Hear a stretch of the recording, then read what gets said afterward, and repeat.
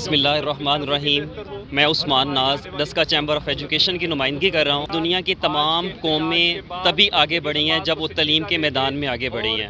Japan جب تباہ ہو چکا تھا تو اس کے بعد اس کی گورنمنٹ نے دیکھا کہ ہمارے اگر اساتذہ موجود ہیں تو ہماری قوم دوبارہ سے اٹھ کھڑی ہوئے گی۔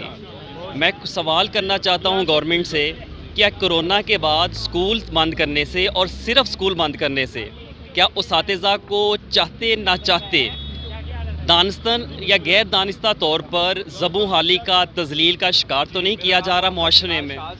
کیا کرونا صرف اسکولوں میں پھیلتا ہے؟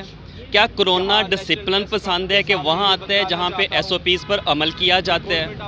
جناب، میری آپ سے درخواست یہ ہے کہ اسکولوں کو ایک منظم طریقے سے دوبارہ کھولا جائے تاکہ بچوں کے سیکھنے سکھانے کا عمل کبھی بند نہیں ہو سکتا۔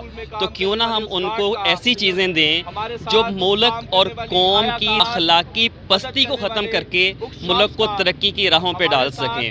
آخر پہ ایک شعر کہنا چاہوں گا کہ گلہ یہ نہیں کہ ہمارے خلاف بولتے ہیں لوگ، شکوہ تو یہ ہے کہ انہیں بولنا بھی ہم ہی نے سکھایا۔